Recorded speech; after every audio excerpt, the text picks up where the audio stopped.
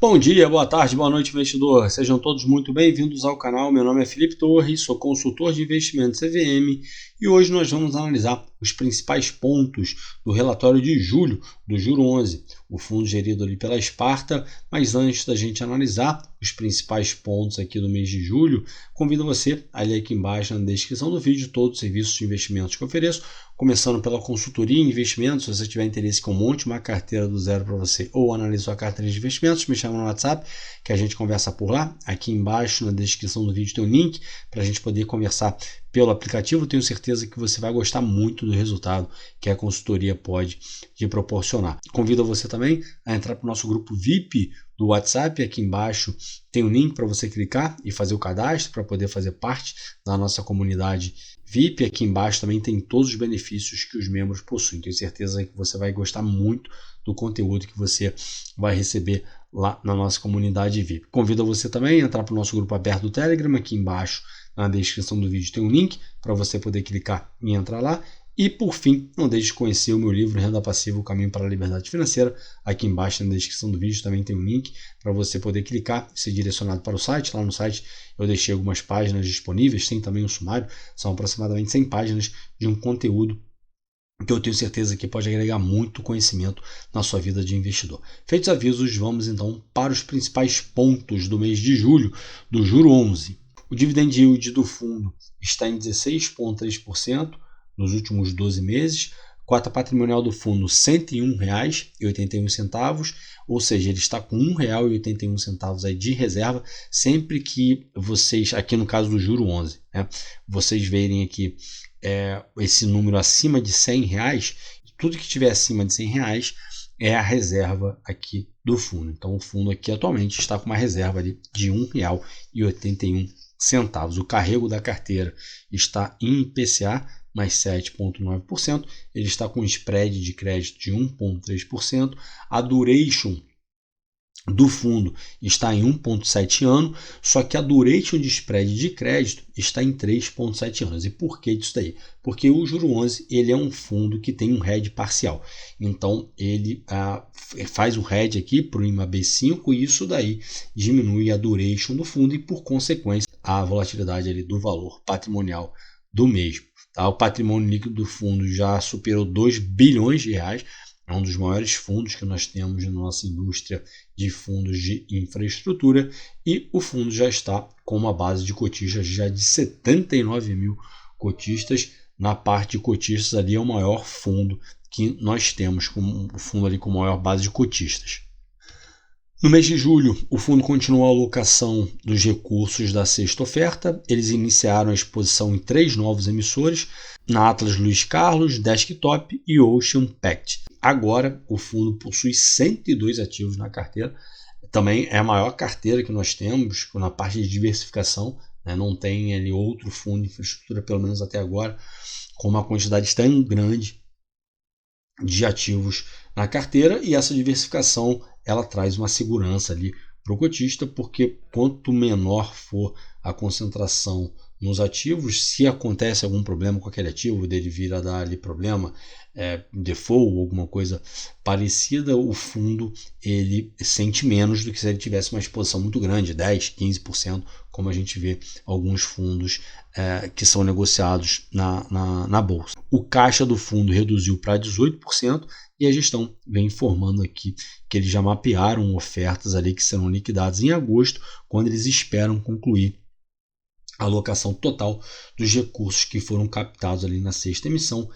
Parabéns mais uma vez para a Sparta. A Sparta, como eu sempre venho falando, tanto no Juro 11 quanto no CDI 11, ela vem fazendo um trabalho aqui, magnífico, exemplar, tanto na parte de emissões sempre ali no valor patrimonial, em relação à questão também de taxa de distribuição, sempre que possível ali também ela arca com uma parte dessa taxa de distribuição. A alocação também, não fica ali com aquele dinheiro em caixa parado, a alocação sempre é alocação rápida. Então é um exemplo, que alguns fundos deveriam seguir aqui das partes de alguns fundos, porque nós temos outros bons fundos também na nossa bolsa que realmente demonstra ali preocupação cotista a respeito com o cotista, mas por outro lado nós temos outros fundos que parecem que, enfim, não estão nem aí para o cotista e se preocupam somente ali em estar aumentando o patrimônio do fundo, aumentando taxa do fundo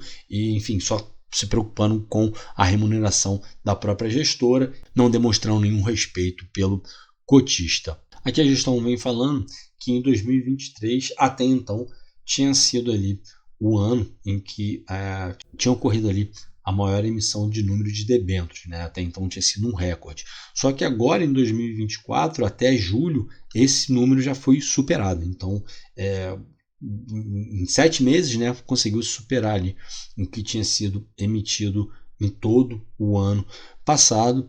E o volume de emissões já no ano aqui de 2024 superou ali os 70 bilhões de reais, que ultrapassando, né, o valor ali de 67 bilhões de reais de todo o ano de 2023, que até então tinha sido ali o recorde. A gestão vem trazendo aqui uma informação bastante interessante que demonstra, né, a avenida que nós temos para crescer e como vem crescendo essa classe de ativos aqui, os fundos de infraestrutura. Uma coisa que eu sempre falo, é uma classe que tem muito para crescer e acredito eu, né, que daqui a alguns anos a chance de conseguir superar a indústria de fundos imobiliários é bastante grande. Então vem falando aqui, né, que em relação aos fundos listados, há 2 anos o mercado tinha 9 fundos listados, né, com um patrimônio líquido ali de 5 bilhões e liquidez diária média de 6 milhões de reais. Atualmente, ou seja, em 2 anos, olha o avanço que nós tivemos, né? Atualmente já são 21 fundos listados, então teve um aumento ali bastante expressivo, com um patrimônio líquido de 12 bilhões de reais e liquidez média diária de 26 milhões de reais. Então a tendência é que cada vez mais essa classe de ativos cresça, principalmente por conta da necessidade que o Brasil tem de investimento nessa parte de infraestrutura e os governos não têm capacidade para poder estar investindo ali o que o Brasil precisa de investimento para poder competir, né, com outros países, para poder ter ali eficiência nessa parte de infraestrutura, para poder, enfim, reduzir custo, aumentar a PIB e assim vai. Então, cada vez mais vai ser mais dependente do setor privado e aí, com essa dependência, ela acaba resultando numa emissão maior de debêntures. E aí que a gestão vem complementando que para frente eles esperam que a oferta de debêntures incentivadas continue forte, principalmente por conta da redução de burocracia para a emissão desses ativos. E por que disso daqui? Porque antes a debênture, para ser emitida, ela precisava que o determinado ministério que aquela empresa estivesse ali vinculado, né, que esse ministério ali tivesse uma aprovação prévia para que aquela emissão fosse autorizada, né? Até porque também essa parte de debêntures incentivadas ela vai resultar numa questão, pelo fato dela ser incentivada e não ter incidência de imposto de renda, né, para a pessoa física, isso acaba acarretando um benefício tributário para aquela pessoa física, mas por outro lado o governo não arrecada. Então, por conta disso, havia essa necessidade, né, dessa aprovação prévia ali por parte do Ministério. Só que recentemente houve uma mudança ali na legislação e agora o Ministério que aquela empresa está vinculado, ele pode publicar uma portaria e nessa portaria vai ser definida ali quais são os requisitos que as empresas devem cumprir para que ocorra um enquadramento, né, e aí dessa forma, as empresas elas conseguem emitir as debêntures sem ter essa necessidade de ter essa aprovação prévia por parte do Ministério. Então, isso aí você desburocratiza e você consegue dar uma celeridade maior nessa questão para a emissão das debêntures. Então, isso daqui tem tudo para cada vez mais fazer com que o número de debêntures que serão emitidas cresça justamente por conta dessa maior celeridade para as emissões dessas debêntures, já que agora não precisa, né, cada debênture ter essa aprovação prévia do Ministério, basta ela cumprir determinados requisitos que vão estar estipulados em uma portaria que vai ser emitida ali por determinado ministério, cumprindo aqueles requisitos, ela consegue emitir ali a debênture. A última distribuição do fundo anunciada foi de R$1 por cota e o fundo vem aqui informando que ele pretende manter essa distribuição de R$1 por cota agora no segundo semestre, desde que as condições do mercado permitam que ele faça essa distribuição. Nos últimos 12 meses, o dividend yield do fundo está em 16,3%, como a gente viu lá em cima, e somente para comparativo, para referência, nesse mesmo período o IMAB5 rendeu 8,2% e o CDI 11,5%. Aqui a gestão traz a rentabilidade, então desde o início do fundo, que foi dezembro de 2021, o fundo entregou uma rentabilidade total de 48,23%. Aqui já está levando em consideração as amortizações que foram distribuídas nesse período, os rendimentos que foram distribuídos nesse período, e o IMAB nesse mesmo período teve um rendimento de 28,7%, o que representa uma diferença para o IMAB5 de 15,19%, que é bastante significativo. Aqui nós temos a atribuição de performance composta pelos componentes. Então, no mês, o componente IMAB5, que vai ser composto aqui pelo IPCA, que é o próprio IPCA ali, o carrego, que é aquele spread que tem ali a NTNB. Então, vamos imaginar ali IPCA mais 6, IPCA mais 7. Então, esse carrego aqui diz respeito a essa parte, esse componente pré-fixado da NTNB. E a marcação, que seria ali uma marcação, se for uma marcação positiva ou negativa, ali, dependendo de abertura ou fechamento na curva de juros. Somando isso tudo aqui, somente na parte do componente IMAB5, teve ali uma rentabilidade de 0,9%. Já a parte aqui, o componente de crédito, que é o carrego de crédito e a marcação de crédito, o que é o carrego de crédito? O carrego de crédito é aquela taxa a mais que as debêntures têm. Então, quando a gente fala que a debênture tem um spread de 2%, 3% da NTNB equivalente, de duration equivalente ou duration similar, é esse carrego de crédito aqui que a gente está falando. E a questão de marcação de crédito são os giros que são entregues ali pela gestão quando ela faz aí esses giros pontuais de comprar um determinado preço e vender por um preço maior. Então, essa questão aqui que é a marcação de crédito. A gente vê que essa parte de marcação de crédito, ela representa aqui nos últimos 12 meses, ela representou 4,3%, o que é muito expressivo, justamente por conta dessa gestão ativa que a Sparta faz aqui no fundo, de comprar em momentos oportunos, vender em momentos oportunos. Então, a gente vê aqui, que nessa parte aqui de crédito é bastante marcante esse valor. E aqui do lado a gente tem o desempenho do IMAB5, para vocês poderem ver também como é composto esse desempenho aqui. Então a gente vê que tem uma parte aqui do IPCA, que foi o quanto o IPCA rendeu nesse período de 12 meses, a parte de carrego, que como a gente viu anteriormente, como eu expliquei ali, é aquele componente, que é o pré-fixado. Então, no exemplo que eu dei, IPCA mais 6, IPCA mais 7, seria esse 6 e 7, que é a parte do carrego. A marcação, que se a gente tem abertura na curva de juros ou fechamento na curva de juros, dependendo aqui, vai afetar de forma positiva ou negativa essa marcação. E aí, somando isso daqui, a gente tem um resultado aqui do IMAB5 de 8,2% nos últimos 12 meses. Aqui a gente tem esse desempenho, já do fundo aqui, agora a gente falando, também baseado nesses componentes. Isso daqui é interessante para vocês poderem entender, quando vocês forem olhar o relatório, vocês entenderem o que quer dizer cada um dessas barrinhas aqui, desses nomes aqui. Então, de novo, o IMAB5, aí a gente pega aqui, que a gente viu, então 8,2%, então está aqui o resultado do IMAB5, e só lembrando que o IMAB5 vai ser composto por esses 3 outros componentes aqui. Então a gente tem o IMAB5 aqui, que a gente viu que rendeu 8,2%, o carrego de crédito de 1,6%, que é justamente aquele spread que a debênture tem em relação à NTNB.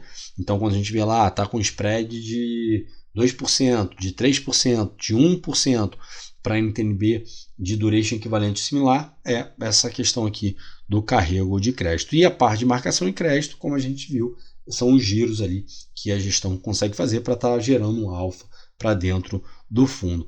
Essa parte de alocação dinâmica, pelo fato do fundo ele ser redeado parcialmente, né, porque ele tem um hedge ali para a questão do IMAB5.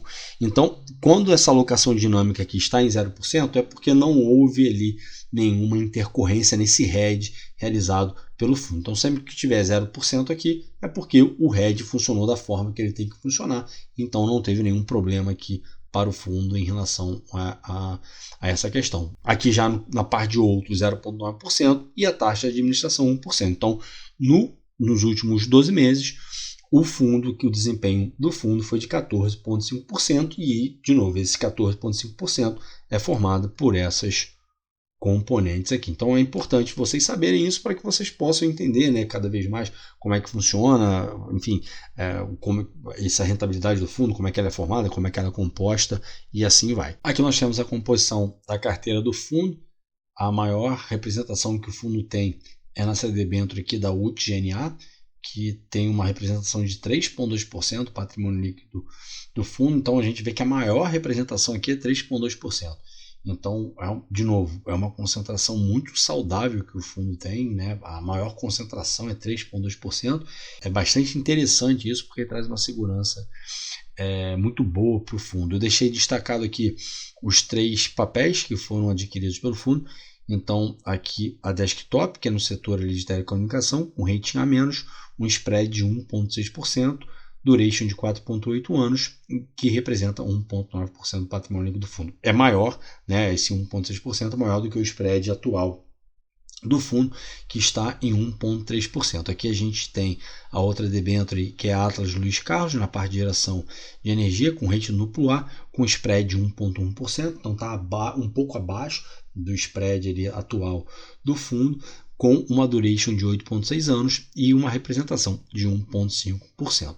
E aqui o último ativo que foi acrescentado, da Ocean Pact, no segmento ali de óleo e gás, com um rating A-, um spread de 2,9%, então já está um spread aqui bem maior do que o spread atual da carteira, que está em 1,3%, aqui mais do que o dobro, né, do spread, uma duration de 2,3 anos e representa ali 0,3% da carteira do fundo, patrimônio líquido do fundo. Depois que a gente tiver interesse, basta acessar aqui o relatório para poder ver todos os ativos que compõem o portfólio do fundo, já que o portfólio do fundo é bastante extenso, 102 posições que o fundo tem atualmente, é o maior fundo, né, em termos de diversificação, e de novo isso traz uma segurança bastante interessante aqui para o fundo e para o cotista.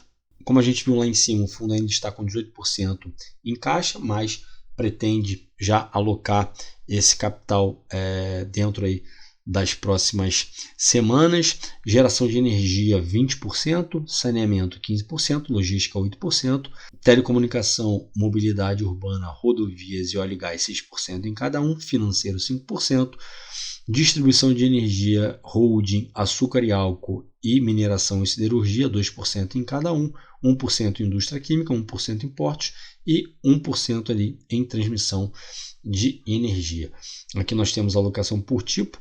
Então, 77% está alocado em debêntures, 18% em caixa e 5% ali em letras financeiras. Aqui a gente tem a alocação por rating. Boa parte da carteira está com rating A, que vai do AAA até o A-, e uma pequena porcentagem aqui no BBB+, e BBB, e uma pequena porcentagem aqui em ativos que não possuem rating. Bom, para hoje era isso. Espero que vocês tenham gostado do vídeo de hoje. Se tiverem gostado, peço para que, por favor, deixem seu like, se inscrevam aqui no canal. Não deixem de ativar o sininho para que vocês recebam as notificações dos vídeos que são postados aqui diariamente. Se você tiver alguma sugestão de ativo para ser analisado, então algum tema específico para ser abordado, por favor, deixe aqui embaixo nos comentários, porque certamente será atendido. Qualquer feedback que você tenha, elogio ou críticas, também, por favor, deixe aqui embaixo, porque isso ajuda muito no crescimento do canal. O meu muito obrigado a todos vocês que foram comigo até aqui. Desejo a todos bons investimentos e até a próxima.